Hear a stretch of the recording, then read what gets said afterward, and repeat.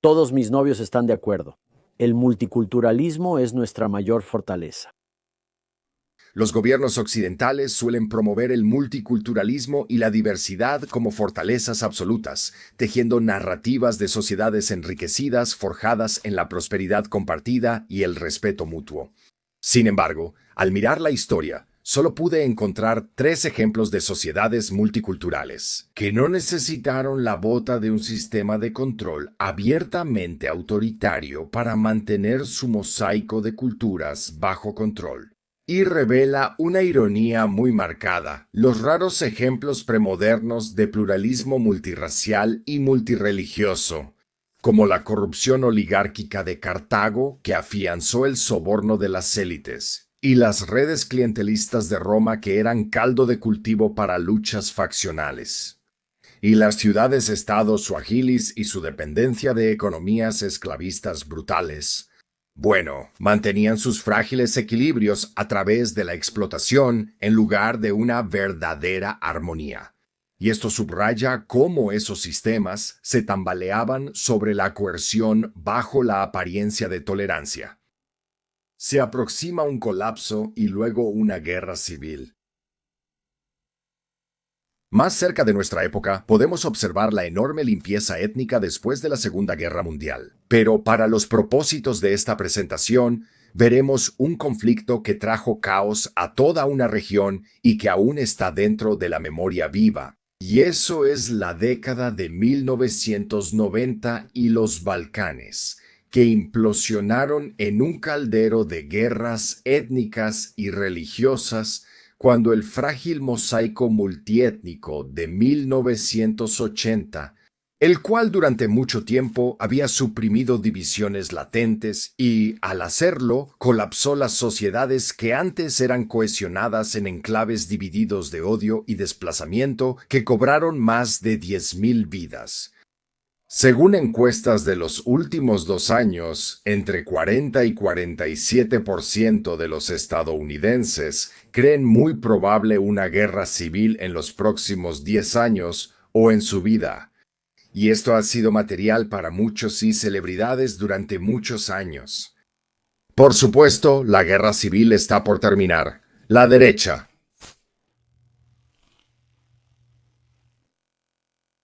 Y eso no significa que estas celebridades estén equivocadas.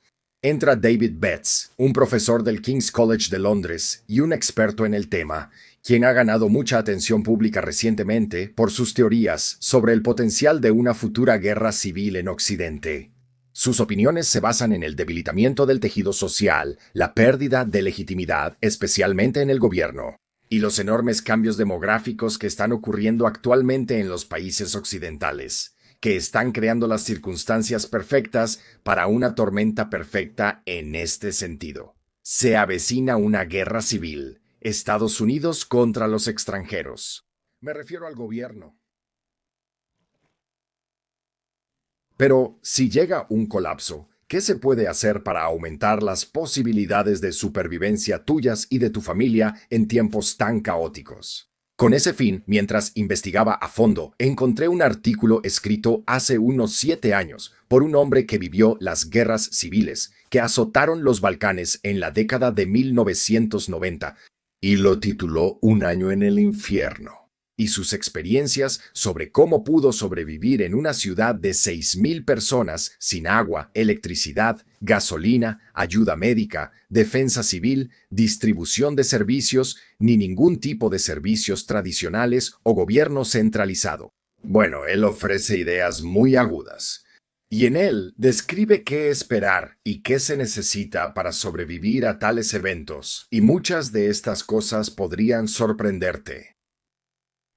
Relata los años entre 1992 y 1995, soportando un año en su ciudad sitiada que llevó al colapso total de la sociedad. El bloqueo provocó anarquía. No había ejército ni policía, solo grupos armados vigilando las casas. Las preparaciones, por supuesto, eran diferentes. La mayoría tenía comida para al menos unos pocos días, como mucho, además de pistolas para protección. Pocos tenían rifles o escopetas. Bandas armadas surgieron en menos de 2 meses, al igual que los saqueos y el colapso de la infraestructura como los hospitales. Su familia numerosa, alrededor de 15 personas en una casa grande con 6 pistolas y 3 Automat Kalashnikova, 47 en su mayoría sobrevivió. Estados Unidos, por su parte, lanzaba raciones de comida listas para comer cada 10 días más o menos, pero eso era lamentablemente insuficiente para las necesidades de la gente en la ciudad bloqueada. También eran pocos los jardines privados. Para el tercer mes, el hambre y el frío ya habían matado a muchos sobrevivientes. Quemaron puertas, pisos y muebles de las casas vacías a su alrededor para calentarse. Las enfermedades, especialmente por el agua contaminada, cobraron numerosas vidas y las dietas de supervivencia dependían del agua de lluvia recolectada, palomas e incluso ratas. La moneda pronto perdió todo su valor y fue reemplazada por un sistema salvaje de trueque. Por ejemplo, la carne enlatada podía intercambiarse por favores sexuales de madres desesperadas y jovencitas.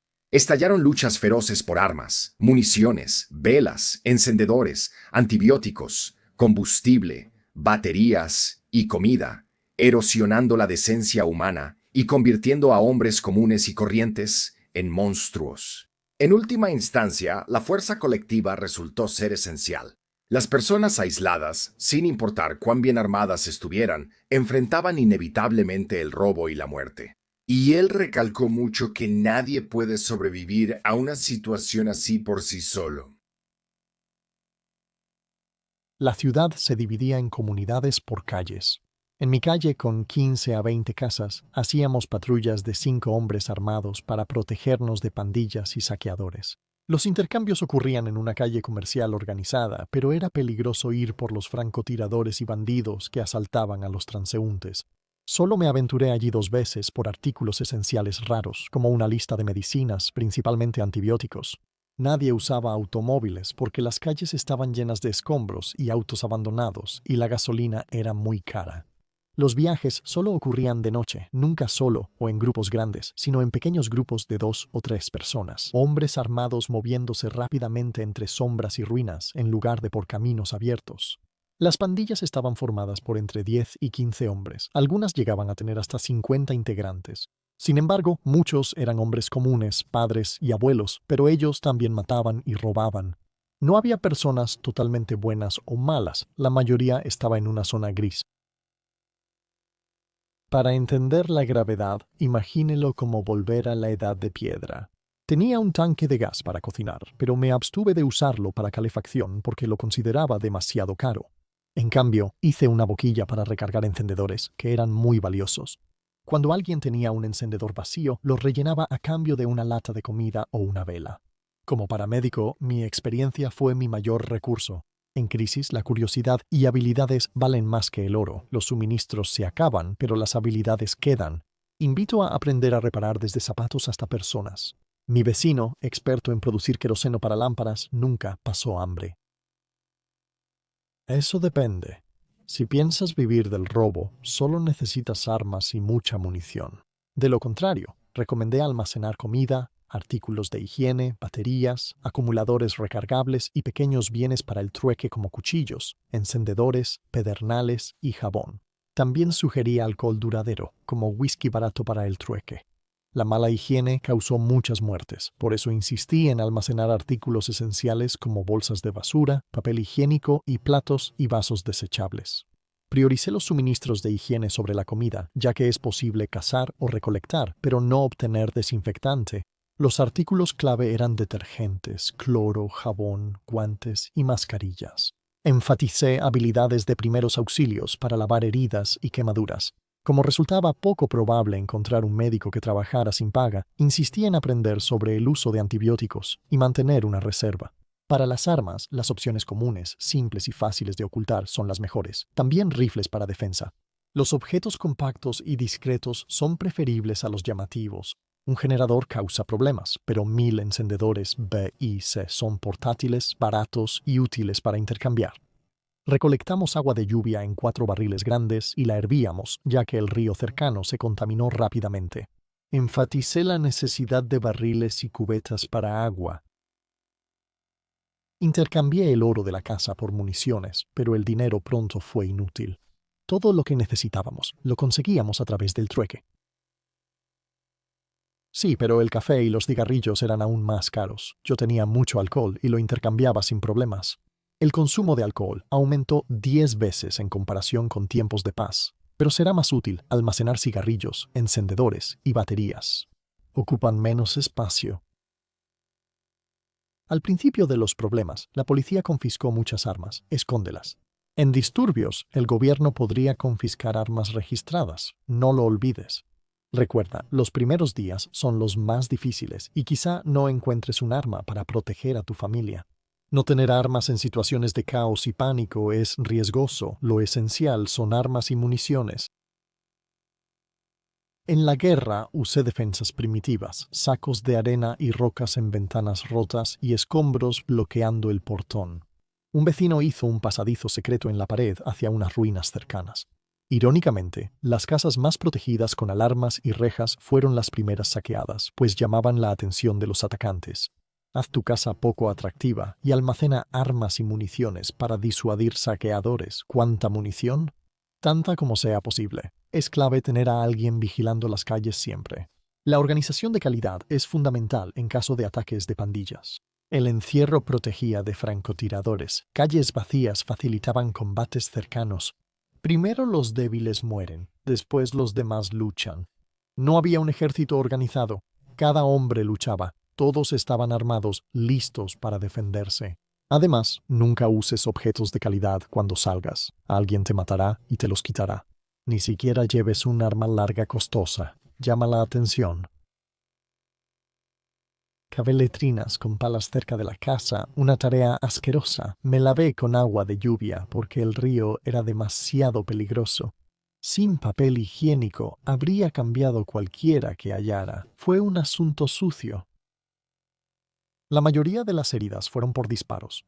Sin especialistas ni equipo, un hombre herido que hallaba a un doctor tenía solo 30% de probabilidad de sobrevivir.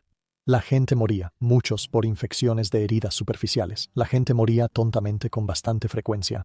La diarrea simple puede ser mortal en días sin medicina ni agua. También había enfermedades de la piel e intoxicaciones alimentarias. No podías hacer nada al respecto. La higiene es fundamental, al igual que contar con suficientes medicinas, sobre todo antibióticos. En general, lo que él recalcó es que los políticos seguían repitiendo el mismo mantra, que todo iba bien y que todo iba según lo planeado y que no había razón para que nadie se preocupara. Pero fue entonces cuando el cielo se les vino encima. Además, que necesitarás cosas para intercambiar, pero nunca comercies en casa y nunca en grandes cantidades. Además, nunca dejes que nadie sepa lo que tienes o cuánto tienes. Al principio del momento en que todo se va al carajo, quédate adentro, bien armado y preparado, esperando y evaluando tus opciones. Superdefensas y superarmas no significan nada. Si la gente piensa que debería robarte porque eres rentable, lo harán. Es solo cuestión de tiempo y del número de armas y manos. Sobre todo, necesitarás armas y municiones. Primero y segundo, todo lo demás, literalmente todo lo demás, depende de lo que puedas conseguir y de lo que puedas intercambiar. Si no tienes algo, siempre habrá alguien con quien intercambiar. Pero si no tienes armas o municiones, no habrá intercambio para ti. Y muy importante, no pienses en los grupos grandes como bocas extra. Los grupos grandes significan más armas, más fuerza, y a partir de ahí, cada quien se prepara por su cuenta. Entonces, ¿qué opinas? Déjame tus comentarios y posibles añadidos a esta lista en la sección de comentarios aquí abajo. Y como siempre, revisa que sigas suscrito, ya que YouTube ha dado de baja a decenas de miles de personas de este canal.